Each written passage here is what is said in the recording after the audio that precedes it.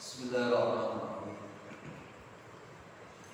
Assalamualaikum warahmatullahi wabarakatuh. Waalaikumsalam.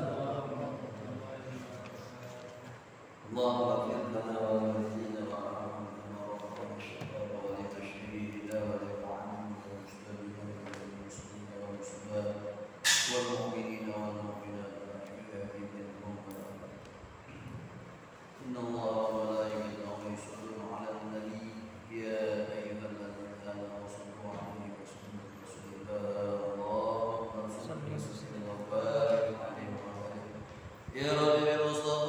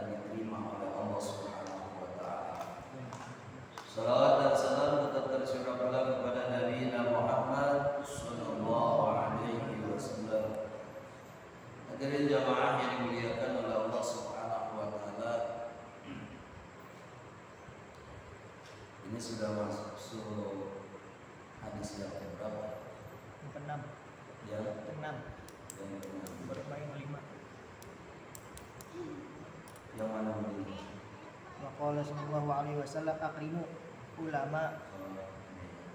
Ini udah Udah.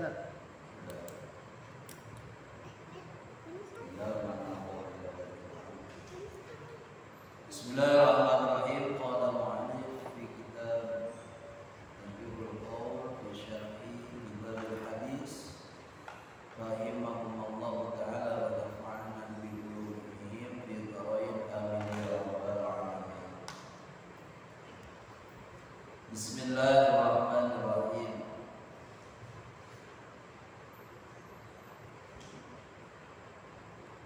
Hadis yang tadi. Wa qala, dan telah bersabda sallallahu alaihi wasallam Nabi Muhammad sallallahu alaihi wasallam, man siapa saja nazara yang melihat, memandang ila wajhil alimi, ke wajah, ke muka orang alim, nazratan, sekali pandang, fafariha, kemudian disertai dengan bahagia, senang, suka, biha, sebab dia melihat wajah orang alim, maka khalaqallahu ta'ala, maka menciptakan siapa Allah Ta'ala yang maha tinggi, min tilkal nazrati, dari pandangan, ya. Dari pandangan itu malakan satu malaikat, yastaghfiru, memohon ampun, lahu, buat itu orang yang memandang wajah alim, ila yaumil qiyamati, sampai hari kiamat. Ini diantara keutamaan orang-orang yang memandang wajah orang alim, orang yang berilmu. Nah, di sini dari hadis yang ketujuh, Rasulullah Shallallahu Alaihi Wasallam itu menyampaikan keutamaan. Biasanya orang kalau menuntut ilmu pasti melihat orang yang memiliki ilmu, gitu. Artinya orang yang ngajar, orang yang memberikan ilmu, orang alim. Orang alim itu kalau kita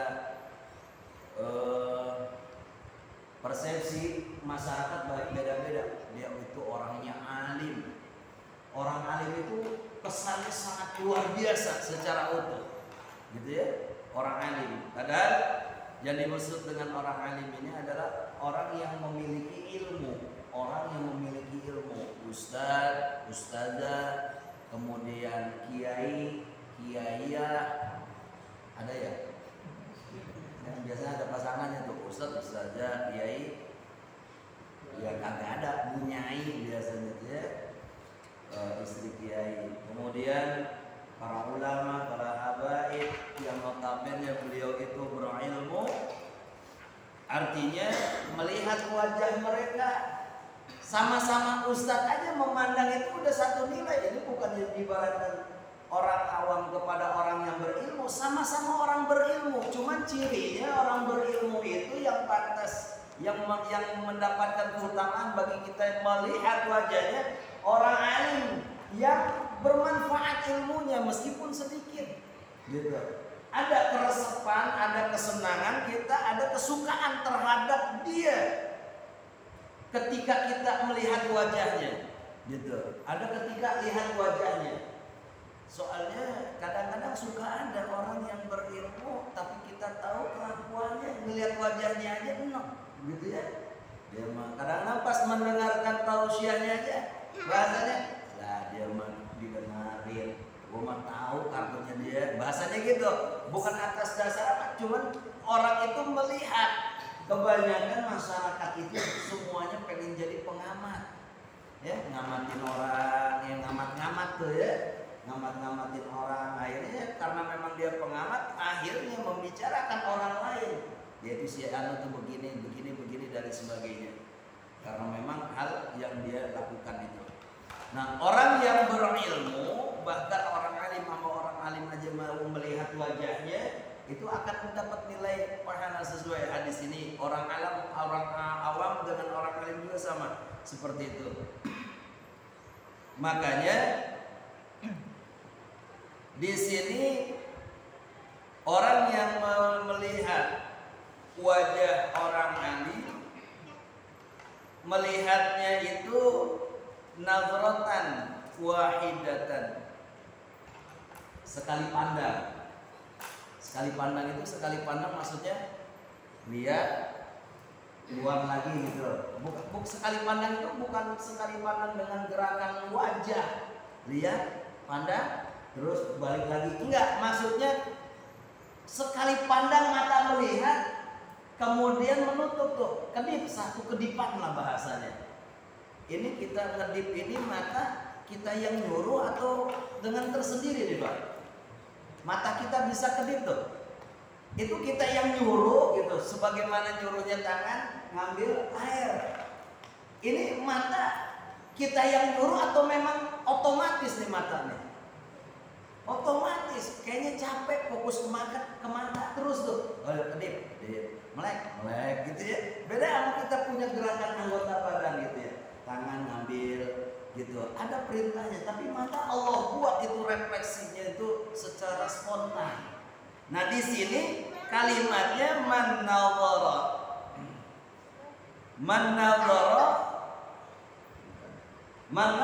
ila wajhil alim. Barang siapa orang yang memandang wajah orang alim, nazratan ay wahidatan, artinya satu kali pandang, satu kali kedipan gitu, satu kali kedipan.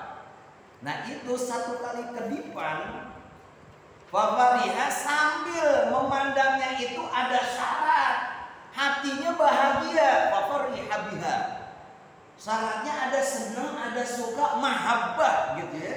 Soalnya ada juga orang yang mandang orang alim kagak bahagia dia. Ada sifat benci, ada sifat dan sebagainya, gitu ya. Jadi itu fafarihat, ada kebahagiaan. Biha, sebab dia memandangnya itu nazratan, satu kali pandang. Apa satu kali pandangnya, satu kali kedipan mata melihat wajah orang alim. Yaitu khalaqallahu ta'ala min tilkan nazrati, Allah ciptakan dari satu pandangan, satu kedipan mata dengan bahagia, disertai dengan bahagia hatinya, itu satu malaikat. Satu malaikat. Yang malaikat itu Allah tugaskan setelah diciptakan dari satu pandang ke wajah orang alim, satu kedipan, itu ditugasin ngapain? Yastaghfiru lahu ila yaumil qiyamah, ila yaumil qiyamah, memohon kepada Allah Subhanahu wa taala agar orang yang memandang ini diberikan ampunan. Memintanya itu ila yaumil qiyamah, sampai hari kiamat. Kita sedang duduk ngobrol sama teman, itu masih malaikat masih mintain ampun buat kita. Gitu ya. Makanya keutamaan ngaji itu luar biasa hadirin. Kita dari rumah bawa dosa nih sama Allah nih. Dari rumah kita bawa dosa kita sama Allah, pulang ngaji habis tuh dosa, diampunin. Belum diibaratkan sebelum kaki ini qabla ayat tua, ghufira lahu qabla ayat tua. Sebelum kaki ini melangkah keluar saja itu dosa udah diampunin, padahal kaki belum melangkah. Sebelum kaki itu melangkah keluar. Karena niatnya Allah paham nih, orang niat pengen ngaji nih, bukan sekedar sholat doang gitu ya. Bukan sekedar sholat doang dia di masjid, bukan hanya sekedar sholat doang dia mau sholat, tapi langkah kakinya keluar itu niatnya sholat berjamaah sekaligus ngaji. Allah udah jadikan di situ. Sebelum dia melangkah, kakinya keluar, itu Allah sudah ampunin dosa-dosanya. Gitu. Makanya orang yang menuntut ilmu itu orangnya bersih. Makanya doa di akhir doa talim itu sebenarnya tuh mereka yang mengucapin amin gitu ya, itu orang-orang yang bersih dosanya. Makanya ketika amin, ya bagaimana kagak dikabul gitu ya doanya sama Allah, karena nggak ada yang menghalangi doa itu atas dosa-dosa kita tuh. Akhirnya langsung diijabah gitu. Makanya subhanallah, cuman satu kali kedipan ya, satu kali kedipan. Tapi nggak bisa, Allah maha tahu, nggak bisa ditipu daya oleh manusia.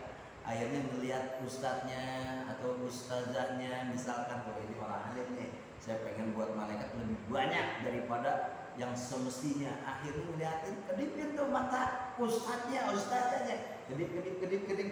Itu nggak bisa gitu. Itu dengan tersendiri. Nazratan wahidah, satu kali pandang, kedip cipta. Dia sama Allah dia, kemudian mandang lagi, kedip lagi, tercipta lagi sama Allah tuh malaikat. Kemudian lihat lagi, kedip lagi, diciptakan lagi tuh satu malaikat lagi. Lama kelamaan ini malaikat ini penuh nih di majelis ini nih, di mushola, gitu ya. Masya Allah, tabarakallah, subhanallah, luar biasa. Kemudian Cuman ada namanya di situ syaratnya adalah mahabbah, ada bahagia. Cuman kalau sekedar melihat doang gitu ya. Sebab itu disebabkan orang melihat ke ilmu karena kesolehannya juga atas dasar ilmu yang dia manfaatin. Apalagi sekarang bulan momentum untuk menumbuhkan rasa cinta kepada Nabi. Yang hadir di sini rasanya punya pengharapan yang sama satu sama lainnya. Pengharapan apa? Keinginan apa? Pengen ngarepin apa dia? Nggak ada lain di akhirat, pengen berkumpul bersama Rasulullah. Gitu ya, pengen berkumpul dengan Rasulullah di akhirat. Karena ada satu riwayat dari Sayyidina Anas bin Malik, ketika itu beliau bersama Rasulullah SAW berdua. Tiba-tiba ada ja'a rajulun ila Rasulillah. Kemudian ada seorang laki-laki datang menghadap Rasul, lalu dia bertanya kepada Rasulullah, "Ya Rasulullah, ya, kapan hari kiamat itu datang? Kapan kiamat itu datang?" Dia nanya ke Rasul, nanyain kiamat, gitu ya. Nanyain kiamat. Ama Rasul tuh nggak dijawab pertanyaan dia kapan kiamat itu datang, tapi malah balik bertanya Rasulullah, emang amalan apa yang kau siapkan dengan guna datangnya hari kiamat? Bukan diberitahu kapan kiamat itu datang, amalan apa yang kau siapkan guna dengan datangnya hari kiamat itu? Akhirnya dijawab, "Ya Rasulullah, aku tidak banyak persiapan. Aku tidak punya banyak persiapan, tetapi aku punya cinta." Punya cinta, punya mahabbah kepada Allah. Aku cinta ya Rasul. Kepada engkau juga aku cinta ya Rasul. Kemudian Rasulullah menyampaikan, al-mar'u ma'aman ahabba yaumal qiyamah. Seseorang itu akan dikumpulkan bersama di akhirat dengan orang yang dicintainya. Kalau cinta sama Rasulullah, Allah akan mengumpulkan dia sama Rasul di surga, gitu. Nah, kemudian Sayyidina Anas bin Malik di samping Rasulullah itu mendengar ucapan almarhum, seseorang dikumpulkan kelak di hari kiamat itu bersama orang yang dicintainya. Itu Sayyidina Anas bin Malik mengatakan itu, "Ya Allah, selama hidup ini aku belum pernah sebahagia hari ini. Tidak ada ucapan yang membuat perasaan saya bahagia luar biasa yang saya rasakan seperti hari ini, kecuali ucapan Rasulullah SAW yang tadi diucapkan, almar'u ma'aman ahabba yaumal qiyamah." Seseorang itu akan dikumpulkan nanti di akhirat bersama orang yang dicintainya. Akhirnya ya Rasulullah, Sayyidina Anas, "Ya Anas, aku cinta kepada Allah. Aku cinta kepadamu ya Rasul, dan aku cinta kepada Sayyidina Abu Bakar wa Sayyidina Umar. Aku juga cinta. Tetapi ya Rasul, walakin, akan tetapi aku tidak sebanyak amalan yang dimiliki oleh Sayyidina Abu Bakar. Aku tidak memiliki amalan sebanyak Sayyidina Umar bin Khattab. Sujud saya gak banyak ya Rasul kayak sujudnya Abu Bakar. Puasa saya tidak sebanyak dengan puasanya Sayyidina Umar. Sedekahnya saya itu tidak banyak dibandingkan dengan sedekahnya Sayyidina Abu Bakar dan Umar. Tapi aku punya cinta ya Rasul." Rasulullah SAW senyum kemudian mengatakan, "Wahai Anas bin Malik, almar'u man ahabba yaumal qiyamah." Nanti seseorang itu dan kau itu nanti akan dikumpulkan bersama orang-orang yang kau cintai. Kau cinta kepada Sayyidina Abu Bakar, kau akan bersama Abu Bakar di akhirat. Kau cinta kepada Umar, kau akan bersama dia di akhirat. Dan kau cinta kepadaku, kita akan kumpul bersama, wahai Anas, di surga.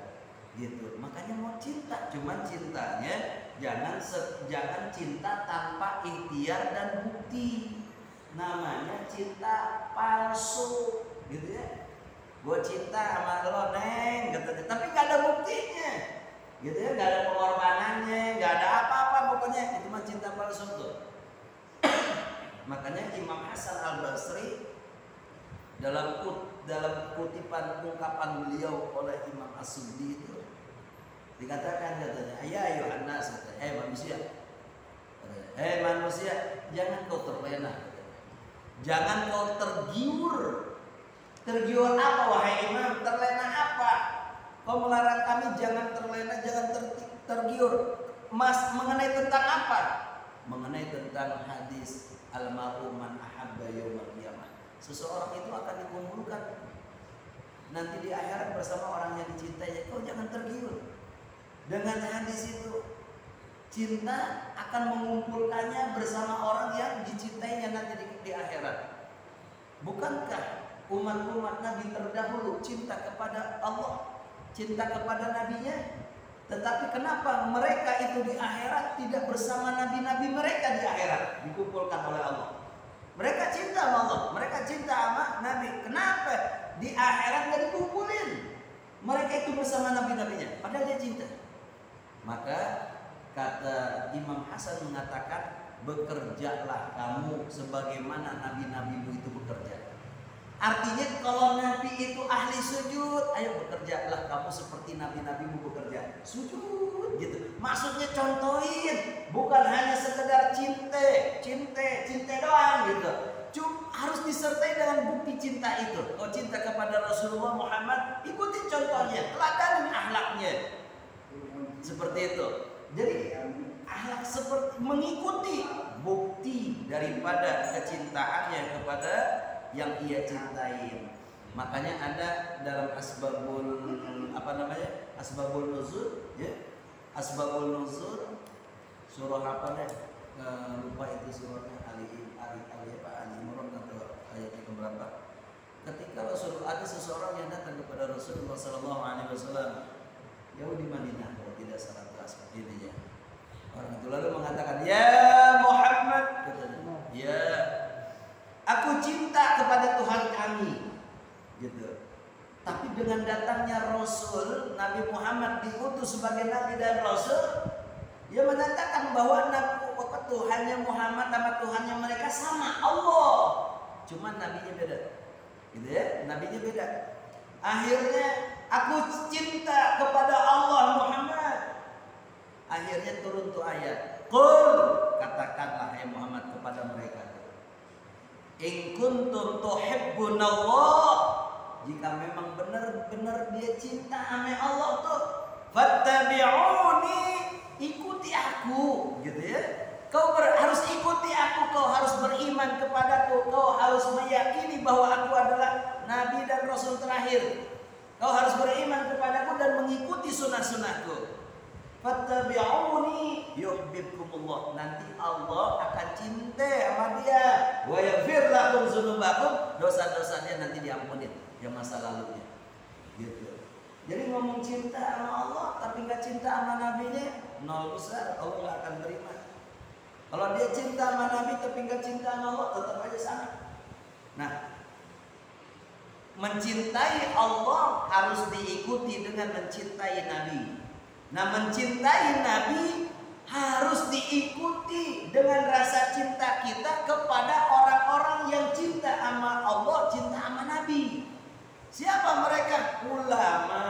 Siapa mereka? Orang-orang saleh. Siapa mereka? Orang-orang yang istiqomah melaksanakan taat sama Allah, kepada Allah tuh. Kadang-kadang di lingkungan kita suka ada gitu ya. Misalkan habis selesai sholat zuhur misalnya, namanya pengurus lagi kumpul, jamaah lagi kumpul, udah selesai zuhur. Pak, jangan dulu pulang, ngapain? Kita ngopi dulu lah, udah lama nih, ya.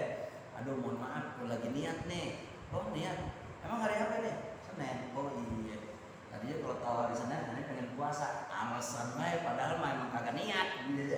Nanti hari Selasa dan hari Kamis ditambah lagi, yuk kita ini. Mohon maaf, lagi niat nih. Itu dia diperhatiin dari datangnya dia ke musola, ke masjid sebelum waktu sholat, dia udah datang. 15 menit sebelum waktu sholat, dia udah datang. Itu orang mungkin di jalan yang lewati dia gamanan, mungkin jamaah yang lain setiap dia datang dia udah duluan. dia sholat tahiyatul masjid, dia ambil Al-Quran, dia tadarus Al-Quran. Dia mah kagak ada ingin menampakkan. Emang seperti itu dia berusaha untuk jadi taat kepada Allah. Tapi orang sekitarnya ngamatin tuh. Ya Allah, dia rajin banget ya. Sholat masih 15 menit dia udah datang standby di masjid di musola. Ini setiap Senin saya ajak untuk kongko ngopi bareng, dia puasa. Akhirnya menaruh orang tuh, dia cinta sama seseorang itu karena faktor kesolehannya. Ini yang nantinya akan dikumpulkan di akhirat. Gue senang banget kabarnya. Kenapa? Rajinnya luar biasa. Orang lain belum datang, dia udah datang duluan. Kemudian diisi waktu-waktu mau datangnya waktu dur zuhur dur masuk waktu sholat, diisi sama amal soleh, tadarus Quran, sholat dan lain sebagainya, gitu. Nggak datang langsung nyender keluar tidur gitu ya, nggak, ini dipakai sama ibadah, gitu. Akhirnya Allah buka rasa mahabbah orang-orang yang melihat untuk kepada dia. Nah, di sini cinta kepada Allah dan cinta kepada Rasul serta cinta kepada ulama-ulamanya, para ulama, para kiai, para habaib dan sebagainya yang mereka kesolehannya luar biasa, dan itu memang harus cinta kepadanya. Sebab tidak akan sampai nanti kita tuh kepada Rasulullah kalau nggak kepada para ulama-ulamanya terlebih dahulu, gitu. Nah, ini nazratan.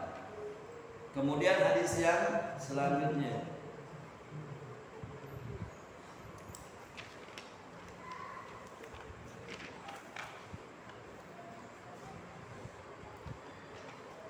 Kemudian hadis yang selanjutnya,